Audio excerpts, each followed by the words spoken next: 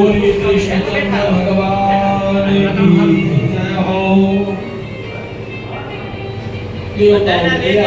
रात्रिનો સમય છે, સવારે રામ રાજા બને અને માં વૈદેહી આ અયોધ્યાની સામ્રાજ્ઞી એટલે મહારાણી બને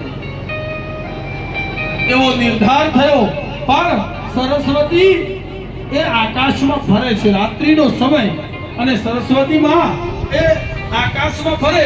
હવે આપણે જોયું કે અયોધ્યાના આકાશ ઉપર અયોધ્યામાં નજર મારી ત્યારે એમને ખબર પડી કે જેનો જન્મ અયોધ્યામાં થયો અને જેણે શરીરનું પાણી પીધું છે તેની બુદ્ધિ તો બગાડી શકાય।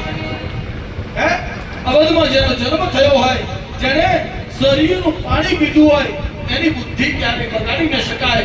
એટલે માં સરસ્વતીને રાત્રિના સમયમાં એક સ્ત્રી દેખાઈ અને એનું નામ હતું મંથરા।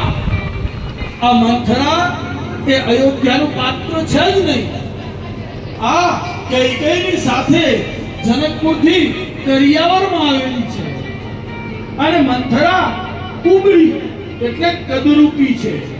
જુઓ આ રામાયણની મંથરા છે ને એ તો 17 લાખ વર્ષ પહેલા વિદાય લીધી, પણ હજી એવી મંથરાઓ આપણા દેશમાં, આપણા શહેરમાં, આપણા ગામમાં અને આપણા ઘરમાં હજી દેખાય છે। એ મંથરા તો ગઈ, પણ મંથરા રૂપી વિચારનું વિષ છે ને જે ઝેર એ હજી સુધી મુક્તિ ગઈ છે। ભાઈ એ બહેનો જો બનાય ને તો સતી બનજો, સીતા બનવાની કોશિશ કરજો, પણ મહેરબાની કરી અને આવી મંથરાઓ ન બનતા। આવી મંથરાઓએ કેટલાય રામ રાજ્ય ને કેટલાય ઘરોની પથારી ફેરવી નાખી છે।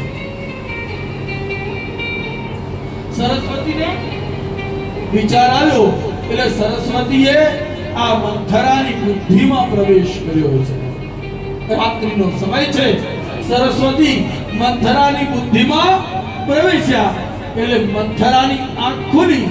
મંથરા રાત્રિના સમયમાં